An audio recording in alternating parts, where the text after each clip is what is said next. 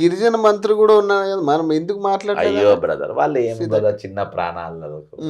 వాళ్ళకు ఓ బుగ్గ కారు వచ్చిందా, వాళ్ళకి ఎమ్మెల్యే అంటే ముందు గన్మెన్లు, అసెంబ్లీ, ఒక క్వార్టరు, నెలకు జీతము, అది మంత్రి ముందు ఎస్కాటు, ఇది ఓ 2 లక్షలు ఎక్కువ కమిషన్లు, ఎంజాయ్ హెలికాప్టర్, ఇప్పుడు ఫ్లై అంట కదా మొత్తం, fly fly fly enjoy, escort charges తగ్గించడానికి ఫ్లై అవుతుంది. అది సీతక్క కూడా ఏం యాక్టింగ్ చేసే, తల మూడ కట్టుకొని ఎవరైనా పట్టుకోమంటే పట్టుకుంటా సార్, మళ్ళీ అదే టైం కెమెరా వచ్చుడు, మళ్ళీ రీటేక్లు దానికి, మళ్ళీ అవును.